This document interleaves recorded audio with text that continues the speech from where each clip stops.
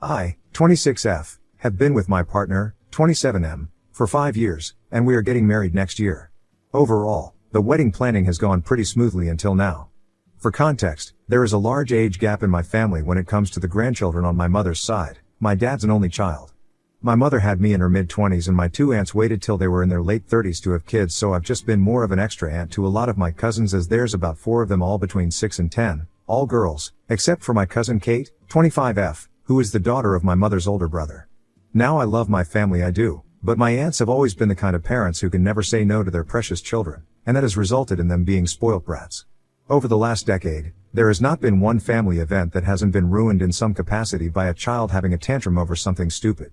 In the last year alone, we've had tantrums over not wanting to leave a party even though the party place was closing, not having the correct flavor of strawberry ice cream at our grandfather's 85th birthday, or just getting a pack of hair bows that didn't match each other's, and many others that TBH the reason why are so stupid they feel made up. And these tantrums are bad, like the full screaming, pounding the floor, and enough tears to water a field until their mothers give in to their demands. The husbands are just real walkovers, TBH, and let their wives deal with the kids. It took a long time to even bring my partner to one of our many family events just because I always knew these tantrums were gonna happen, and I didn't want to scare her away. I work with kids, so I know this is beyond not normal behavior of kids, and I know the lack of discipline is to blame, but I've never been in the position to call it out, cause in my family it's very much, if you don't have kids, your opinion of how to raise them doesn't count, but as the kids have gotten older it's gotten so much worse. Now on to the wedding planning. We are not having a large wedding cause neither of us want it. Between our family members we want there and our friends, it's just over 100 people.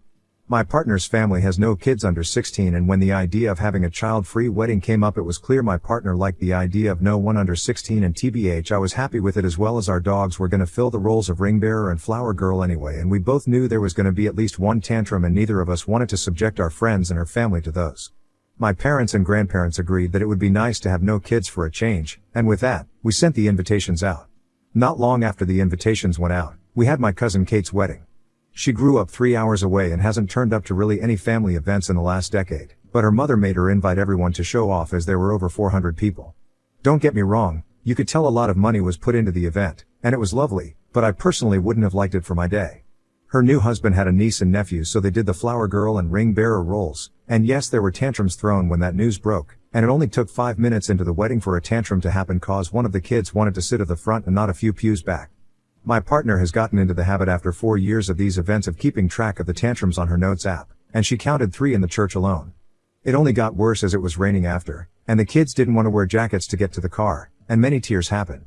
The meal wasn't much better, but, thankfully, we were at the head table with my grandparents away from it, but you couldn't not hear the whining and shouting occasionally throughout the meal. Things got bad when, at some point before dessert, 2 of the kids came up to me and asked why they were not invited to my wedding as they had been for Kate's. A bit stunned, I just replied that the place we were having it was only for adults. That obviously was the wrong answer, cause almost immediately another tantrum about how apparently their parents had promised them they would be the flower girls at my wedding erupted. Thankfully they're small for their age, so it was pretty easy to pick them up and move them away from the head table, which was on a stage and away from people staring. While this was happening, my parents were confronted by my aunts asking how was it that their kids were not invited. My parent just repeated the same thing as I had said, and this also wasn't good enough. At this point, my grandfather and I were behind them with 2 of their screaming children. I honestly don't know what came over me, but I blurted out, "You really cannot see why I might not want to have your children there on my wedding day? Can you please stop discussing this right now? Is not the time and people are already staring at us." And left. Well, let's just say that while most of my family agreed with what I said, now my aunts are refusing to attend the wedding until I apologize to them and their kids and invite them. Some family members think it was the wrong time to say anything or just apology to keep the peace, but honestly I don't want to, as I don't think what I said was that bad, especially considering the thing I knew that the groom's family were saying after the wedding from what I heard from Kate and her new husband. Ada has no consensus bot, but based on the comments, op was NTA. Update, okay, so never expected this post to get as much attention as it did, so yeah, here's an update. So yay, Christmas happened, and yay, it was apparently a shit show. I had planned ahead of time to spend Christmas with my partner and in-laws who live over an hour away, and then celebrate Boxing Day back at home with my parents and grandparents, but to my surprise my mother contacted me late on Christmas Day just to say the Boxing Day celebrations were called off after a disastrous Christmas meal with the family, which at the last minute included the aunts and the children. So apparently they had decided that as the family had been going NC in the week since the events at my cousin's Kate's wedding, they were going to turn up to my great-grandmother's house for Christmas and confront me about it to my face to make me apologize for calling out their kids' behavior. They usually do their own thing at Christmas and often go to their in-laws. Forgot to mention they are married to brothers who are two of the weirdest men I've ever met, but that's a rant for another day. I guess they thought if my 99-year-old great-grandmother, my mom's mom, was present I wouldn't refuse their demands. However, they failed to check that I might not be there, and according to my father, their faces when they realized their plan had backfired were hilarious. Obviously, their little terrors were running rampant and screaming their heads off, and one even had a temper tantrum cause there were no presents for them under the tree. The aunts had turned up in the middle of the Christmas meal several hours after all the presents were opened, but apparently, the kid couldn't comprehend that according to my aunt. At one point my great-grandmother got so annoyed at the screaming she yanked her hearing aids out. No one in the family had thought to fill her in with what had gone down at Kate's wedding. It was one of those we all thought someone else had done, so she was a bit confused at first. She knew the wedding was child-free, so she couldn't understand why they were making such a fuss about it and to just get over it. She said she'd like to enjoy the likely last wedding she'll ever attend in peace away from screaming children. My family has a very dark sense of humor. Between that and what I had said earlier, I think most of my family have just had enough of their crazy excuses. Obviously after great-granny said this they went on about their poor angels, but they didn't have much of a leg to stand on, as pretty soon after they opened their mouths the terrors had gotten into my grandmother's homemade baked Alaska and had dropped it, ruining the desert for everyone. Apparently, my grandfather just snapped and told them to get out and let them enjoy one family event in peace, and they needed to get their children's behavior in order if they ever wanted to be invited to another family event, as their children's behavior was out of line and was only going to backfire of them the older they got. This man had served for over 10 years in the army and another 25 years as a police officer, and is terrifying when he snaps, so understandably they got out of there ASAP. My great-grandmother even opened one of her fancy bottles of whiskey to celebrate. My grandfather had been one of those who did not want to disinvite them and keep the peace. He's financially contributing to the wedding, but when I got home yesterday he gave me full permission to rescind their invitations.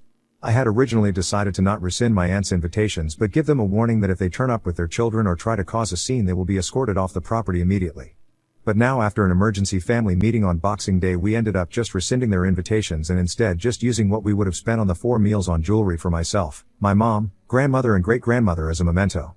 My parents and partner are 100% behind me on this, and we're lucky that our venue is owned by my soon-to-be in-laws, and with that, security is included in the cost, as they have had several crazy family member stories from renting it out for weddings and events over the last 30+ years. It's run in-house by my soon-to-be brother-in-law, so we have full control of who is allowed on the property during the wedding. My maid of honor and bestie has also volunteered herself in the case of one of them turning up in a white dress to be the one to take one for the team and spill a glass of red wine. Her backup plan is using my doys, both West Highland Terriers who will be at the wedding, who are trained to pee on command and have an accident. She's a drama teacher, so I'd be pretty confident in her being able to make it look convincing as an accident if a worst case scenario happened. In terms of if I knew the kids coming up to me at the wedding was their parents' way of guilt tripping me, yes, I did know. This is far from the first time it has happened. For example, when one of the terrors had their Holy Communion, it fell around the same time my partner and I had adopted our 2 dogs. We hadn't expected to get 2, but they were inseparable and we just fell in love with them immediately and took both home. My job requires me to work Saturday morning, so couldn't attend the church service for the communion, and there was not real way to get it off, so early on I made sure everyone knew I wouldn't be attending the church service, making sure to hand deliver a card with money in for the child the day before with a small gift, cause apparently to my aunts money doesn't count as a gift. Anyway, later on at the meal the sister of child who had their communion just came straight up to me during the event and asked me why I never turned up to the church in front of everyone, and asked where was their puppy. Apparently, my aunt had told them one of my puppies was for them. Let's just say tantrums happened and the puppy they did end up getting lasted 1 week, as now it lives with my in-laws. They hadn't pulled that stunt in a while, at least not to myself, so I guess that's what threw me off more than anything else.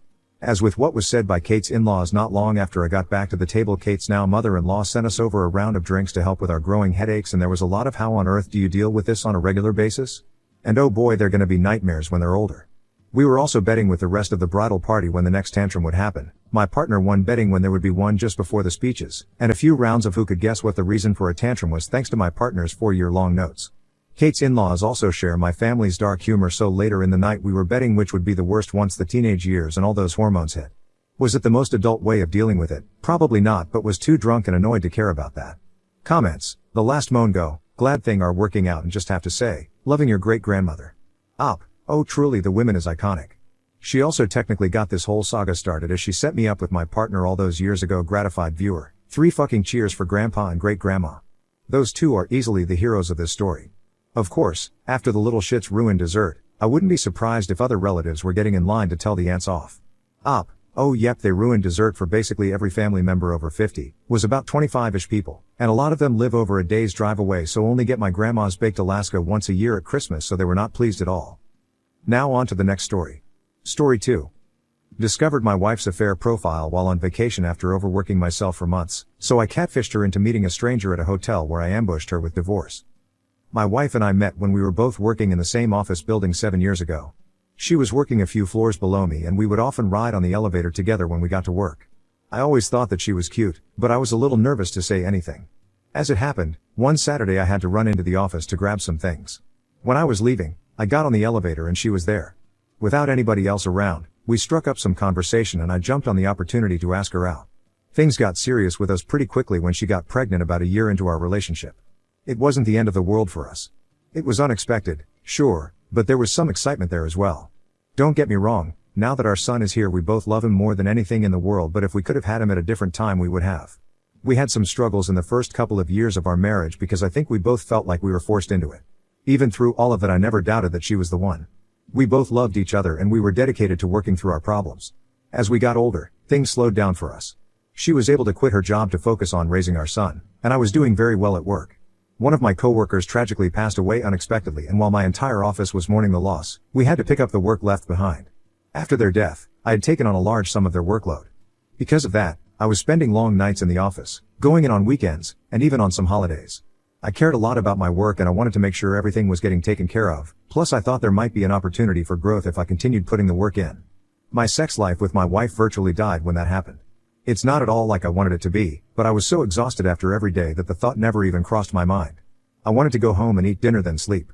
It wasn't for lack of trying on my wife's part either. She would tell me that she wanted us to spend more time together, and I would promise her that we would after everything was finished with work. I know that none of this is exactly my fault, but if I were to take any of the blame for what happened it would be my work. Projects that were supposed to take weeks took months and I was overworking myself to the point of being physically ill sometimes. I hit my breaking point with work when I realized that I had worked for 22 days without a single day off. I spoke to my boss and I told him about everything I've been doing. He assured me that my work hadn't gone unnoticed. He gave me a handsome bonus and I cashed out a week of vacation to take some time to relax. I was excited to be able to decompress at home with my family. However, when I was home and doing nothing I had all the time in the things that were off with my wife. As much as she wanted us to be intimate just weeks before, she didn't seem to be interested when I was free. Of course, I didn't want to pressure her or push her, so just let it slide. She had been spending a lot of time at the gym working out. I hadn't even noticed the changes in her until I was on my vacation. She had toned up a lot of her body, she got her hair done, and she had a lot of newer clothes. I asked her why she had changed so much, and she got mad at me for only just noticing, but then she told me that she just wanted to feel more confident. I tried to assure her that I thought she was beautiful either way, but I told her that she looked great. During the week, I honestly got a little bored without having anything to do. Tax season was coming up, so I started going through my banking information to prepare. As I was going through, I found some strange charges that I wasn't familiar with. Almost everything I saw was accountable and recognizable in my bank statement except for these few charges. I didn't know what they were, so I googled the charge name to see what came up and I thought maybe that would jog my memory. What I discovered was that it was a charge for a website called Ashley Madison. When I first heard the name it sounded familiar. I knew I had heard it somewhere before, and initially, I thought it was some kind of hair care thing my wife must have gotten. However, when I looked up what it really was I found out that it was a website for married people to find others interested in affairs. My heart shattered when I read that. I knew that I wasn't the one who subscribed to it.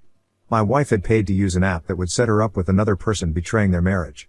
I needed to see for myself if she was actively having one. I made an account on the website, making a fake profile to snoop around. Unsurprisingly, there were a lot of other accounts that were clearly fake and phishing for information on the users. After some looking, I found my wife. She had pictures of herself showing her face completely. Anybody that knew her would instantly recognize it was her if they saw it. She was barely being discreet about wanting an affair. On top of that, in some of the pictures she was wearing very little clothes. She was clearly showing off her body to potential affair partners. She stated in her profile that she was looking for fun because she felt like I was ignoring her. I was furious and heartbroken all at the same time. It was very confusing to understand where she was coming from by saying she felt like she was being ignored.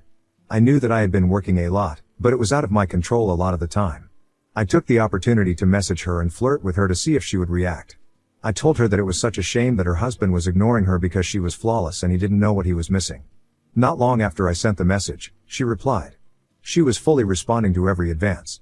She was being extremely sexual too. She was asking me for pictures, offering to send some in return. I knew then that this wasn't her first conversation on the website. If she had been talking to other men like this, just how far had it gone? When she got home I pretended like I knew nothing. She had just got back from the gym so she was hopping in the shower. I took that opportunity to look for the app on her phone and see what she'd been saying. When I found it, I saw dozens of messages between her and other men. The most shocking part of it all was seeing men that she and I both knew talking to her. They were our son's friends' parents, people in the neighborhood, and some people I even worked with. I had no idea that many people would be using a website like this, but we live in a pretty messed up world. One of the guys in our neighborhood that she had been messaging had told her he was fantasizing about her for a long time before he saw her on the app. She said that she felt the same way. From all the messages that I read, it seemed like this was the only person she had made plans to meet up with. It was clear from the context of their messages that they had slept together and were planning on doing it again. On top of that, I found messages with another man that led me to believe that my wife was considering meeting up with him. Right away, I knew that I needed to catch her in the act. She and I married so hastily that there wasn't a prenuptial agreement or anything of the sort. I needed to catch her and get evidence, and then I could proceed with the divorce. So, I used my catfish profile to the best of my ability. The good thing about being married to my wife for as long as I was is that I knew exactly what to say to her to get her to fall for me. Within a few days of me using the app, she was willing to meet up with me. I gave her an address to a hotel and told her to meet me there. I was honestly kind of shocked when she agreed. It was extremely risky to meet up with a strange man on the internet, and she was willing to throw everything away for it. She had no idea who I was. Meanwhile, I had reached out to the wife of the man she slept with and I told her everything. She was hysterical when I showed her what I found. I calmed her down and I convinced her that we needed to think logically and we needed to catch them. I helped her make a fake profile too, and we were able to convince her husband to meet at the same hotel. Our plan was in motion and all we had to do was confront them both. The time came and we left room keys for both of them at the front desk and told them to grab them and head up. My wife arrived first and she messaged me to tell me that she was waiting in the room and attached a picture of her in her lingerie. The guy she had been sleeping with arrived next and was clearly shocked to see my wife there. After a minute of them being in the room alone together, both his wife and I went and joined them. When we opened the door, both of them were silent as they watched us. My wife grabbed the blanket from the bed and tried to cover herself because she was half naked. They tried to act like we were in the wrong for catfishing them, but they didn't have a leg to stand on. I told my wife that I was done with her and that she had really broken my heart with her actions. I could tell that she felt guilty about it and she tried to once again put the blame on me for ignoring her when I was working. I told her that didn't excuse what she did. Both I and my neighbor's wife filed for divorce not long after that. We had mountains of evidence of their affairs against them. Apparently, he had been with many women since downloading the app. I was able to come out on top during the divorce. My wife didn't work, so spousal support was the biggest argument that we had, but my lawyer was able to get me out of payments. I got custody of our son, but she has visitations of him. The reasoning for that was that she was so easily convinced to meet up with a stranger online. They were able to convince someone that she could potentially bring a harmful person home. I feel like I'm picking up and starting anew with my life now. It's daunting, but I'm honestly glad that I found out about her true colors before we were 15 years into our marriage.